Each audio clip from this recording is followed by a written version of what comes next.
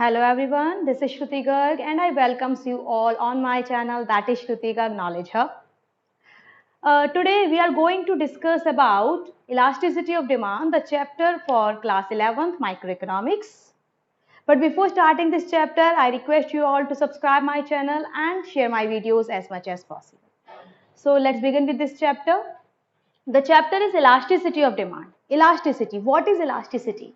Elasticity मतलब कि खिंचाव, किस चीज को आप कितना खींच पा रहे हैं या किस चीज में कितना चेंज आ रहा है किसी एक फैक्टर के चेंज होने पर, that is called as elasticity of demand and this concept is being developed by professor martial.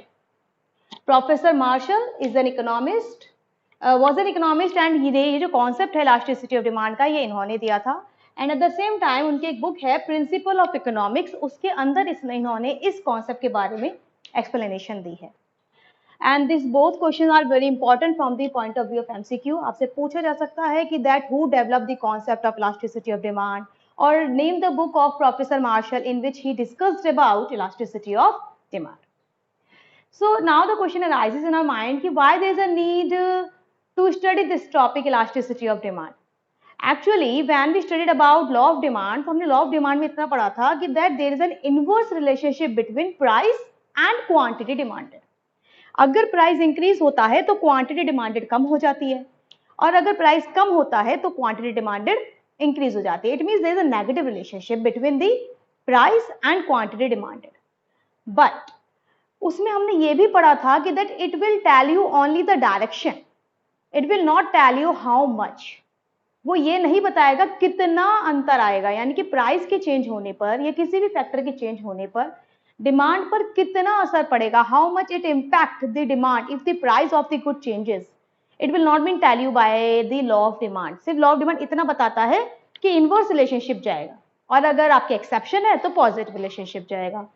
कितना असर होगा ये नहीं बताया जाता. So to study how much elasticity of demand concept is being generated, कि अगर हमें पता लगाना है कि हाउ मच कितना चेंज हो रहा है तो हमें इलास्टिसिटी ऑफ डिमांड पढ़ना जरूरी है.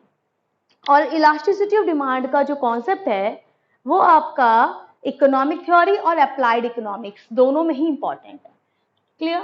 सो let's start. What is elasticity of demand? So as per its definition, when we look out its definition is it refers to the percentage change in demand for a commodity with respect to percentage change in any of the factor affecting demand for that commodity. यानी कि elasticity of demand क्या है कि वो ही बताता है कि कितना परसेंटेज किसी भी गुड की डिमांड में आएगा अगर उसके किसी भी फैक्टर में चेंज होता है तो. यानी कि अगर वो प्रोडक्ट के किसी भी फैक्टर में जितना परसेंटेज चेंज होगा उसका असर उसकी डिमांड पर कितना परसेंटेज की फॉर्म में पड़ेगा. That is called as elasticity of demand. Like for example मैं ये कहूँ कि if the price rises by 1% then the demand decline by 5%, 2%, 0.5%. तो यानी कि मैंने दिखाया कि प्राइस में चेंज होने से डिमांड पर इतना असर पड़ा. ये जो रिलेशनशिप है ये किसके द्वारा निकाला गया है? By which? Elasticity of demand के कॉन्सेप्ट के थ्रू. So if we applied it in the formula form then we come to know that it is equal to percentage change in demand for good X upon percentage change in the factor affecting the demand for X. X is a commodity. यानी कि X की demand पर कितना change हुआ जब X के किसी भी फैक्टर में चेंज आया. Now what does it mean? Factor affecting. Factor affecting कैसे? हमने in the law of demand भी ऑलरेडी स्टडीड कि फैक्टर अफेक्टिंग में हम बहुत सारी चीजें देखते हैं कि किसी भी प्रोडक्ट की डिमांड को सिर्फ उसके प्रोडक्ट के प्राइस इफेक्ट नहीं करते. There are several other factors which affect the demand of the commodity, like price of the related good, like income of the consumer. We already had studied about it. तो यही वो concept हैं जो इस पर भी इफेक्ट करेंगे. Price elasticity of demand, अगर मैंने अपने ही प्रोडक्ट के प्राइस में चेंज किया है तो मेरे डिमांड पर क्या असर होगा? That is called as price elasticity of demand. लेकिन मैंने अपने प्रोडक्ट के प्राइस में चेंज नहीं किया, means I have not change my price at all, but the price of related good changes. Related good means substitute good and the complementary good. हमने ये दोनों कॉन्सेप्ट भी पहले पढ़े हैं. सब्स्टिट्यूट गुड कौन से होते हैं? Means which can be used in place of any other product, which can be used as a competitive goods like tea and coffee, है ना, like pen, ball pen and the gel pen. These all are called as the substitute goods.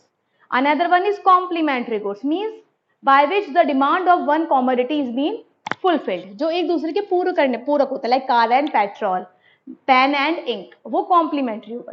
तो यानी कि means I am not changing the price of my commodity but my competitor, और if the price of my complementary could have been change, तो उसका demand पर मेरी पर भी असर आएगा। That is called as cross elasticity of demand. That is called as cross elasticity of demand. And the third factor is if the income of the consumer changes. If the income of the consumer changes, again it's quite obvious that the demand of that commodity also changes. So that is called as income elasticity of demand. But as far as our 11th course is concerned, these two topics are not in our course. Cross elasticity of demand and income elasticity of demand is not in our course. We only had to study about price elasticity of demand. हमें सिर्फ price elasticity of demand के बारे में पढ़ना है. So let's continue. Price elasticity of demand. Price elasticity of demand क्या होती है? जैसा कि अभी हमने पढ़ा, price elasticity of demand means कि जब मैंने अपने खुद के प्रोडक्ट के प्राइस चेंज करी, when I changes the prices of my own product, either I increase the prices or decrease the prices, but due to the change in the price of my commodity, the demand of my commodity also changes. That is called as price elasticity of demand. कितना change आया कि मैंने अपने price में कितना percentage change करा, उसका कितना परसेंटेज चेंज मेरे प्रोडक्ट की डिमांड में आया, that is called as price elasticity of demand. It means the degree of responsiveness of demand for a commodity with reference to change in the price of that commodity. यानी कि किसी product की demand में change हुआ कब हुआ, जब उसके प्रोडक्ट के प्राइस चेंज हुए. ये जो चेंज दिखाएगा, ये जिस डिग्री से दिखाएगा, that is called as price elasticity of demand. Now some important point regarding it is it established quantitative relationship between quantity demanded and price. यानी कि ये क्वांटिटेटिव रिलेशनशिप शो करता है किसमें, प्राइस में और क्वांटिटी डिमांडेड में, और other factors remains the constant. ये वाली बात हम हमेशा याद रखेंगे कि when we talking about price elasticity of demand, हमने लॉ ऑफ डिमांड में पढ़ा था कि सिर्फ और सिर्फ हमारे खुद के प्रोडक्ट के प्राइस चेंज हुए हैं, अदर फैक्टर्स पे कोई चेंज नहीं आया है, लाइक इनकम चेंज नहीं हुई, cross price elasticity of change नहीं हुआ, या फिर टेस्ट एंड प्रेफरेंस या अदर फैक्टर्स में कोई चेंज नहीं आया है. सिर्फ the prices of my product are changes and other factors remains constant. तो other factors remains constant, लेकिन मेरे खुद के प्रोडक्ट के प्राइस चेंज होने से जो डिमांड में चेंज आया, that is called as elasticity of demand. कितना डिग्री का चेंज आया, that is called as elasticity of demand. जैसे कि I'll already take an example. एक एग्जाम्पल मैंने अभी आपको दिया था. Another example we can take like कि if I increases the prices of my product by 10%, तो हो सकता है डिमांड 20% से डिक्रीज हो जाए या 10% से डिक्रीज हो. That is called as quantitative relationship establish करेगा. Higher the numerical value of elasticity, larger is the effect. Higher the numerical value of elasticity यानी कि इलास्टिसिटी की वैल्यू जितनी ज्यादा आएगी उसका इम्पैक्ट उतना ज्यादा रहेगा. इसका क्या मतलब है? इट मीन्स दैट कि जितनी वैल्यू इलास्टिसिटी की ज्यादा आएगी, यानी कि इलास्टिसिटी मतलब कितना खिंचाव, यानी कि अगर आपकी इलास्टिसिटी वैल्यू जितनी ज्यादा आ रही है, प्राइस के चेंज होने पर डिमांड पर असर उतना ज्यादा पड़ रहा है. और अगर इलास्टिसिटी की वैल्यू कम आ रही है, इट मीन्स प्राइस के चेंज होने पर डिमांड पर ज्यादा असर नहीं पड़ रहा है. Let's understood it with the help of an example. Like for example, अगर मैं कहूँ नेसेसिटी गुड है, नेसेसिटी गुड है और अगर उसके प्रोडक्ट के प्राइस चेंज हो रहे हैं, तब भी उसकी डिमांड पर ज्यादा असर नहीं आएगा, because it is a necessity good. वो जरूरत है, और जरूरत होने की वजह से अगर उसके प्राइस चेंज भी हो रहे हैं, इंक्रीज भी हो रहे हैं, तो उसकी डिमांड पर बहुत ज्यादा असर नहीं पड़ेगा. नेसेसिटी गुड है तो पर्सन को खरीदनी है. लाइक मेडिसिन अगर आपको आज बीमार हुए हो और अगर आज प्रोडक्ट के प्राइस चेंज होगा, अब आप उसको एक महीने बाद तो नहीं खिलाओगे ना दवाई. आज आपको ट्रीट करना है पेशेंट को, तो आज ही दवाई देनी पड़ेगी. अब ये नहीं कहोगे कि महीने भर बाद आफ्टर अ मंथ इसके प्रोडक्ट के प्राइस कम हो जाएंगे तो एक महीने बाद दवाई खाएंगे. It can't be possible. So अगर आपकी नेसेसिटी है और वो उसके प्रोडक्ट के प्राइस इंक्रीज भी हो रहे हैं, at that time also you have to purchase that thing. तो इसीलिए उसका मतलब क्या हुआ कि नेसेसिटी गुड में इलास्टिसिटी कैसे रहती है, कम रहती है. Another example we can take luxurious goods. Luxury goods होते हैं आपके, तो लग्जरी गुड्स में अगर प्राइस इंक्रीज होते हैं तो व्हाट वी सेड कि दिवाली ऑफर आएगा.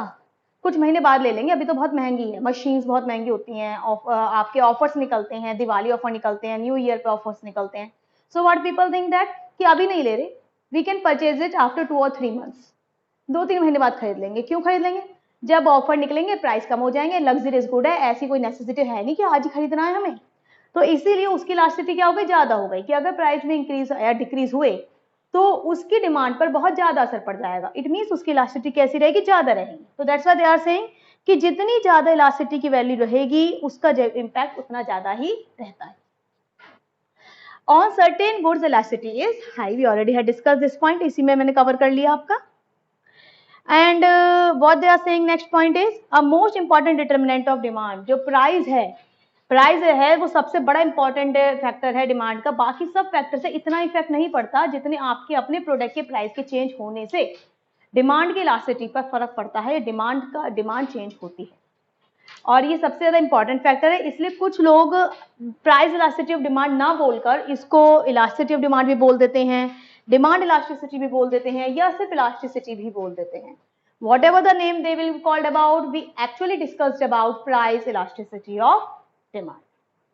So this is the concept of elasticity of demand, and there are certain methods by which we can calculate elasticity of demand. We can going to cover those topic about what are the methods by which we can calculate elasticity of demand in our next video. So till then, have a nice day.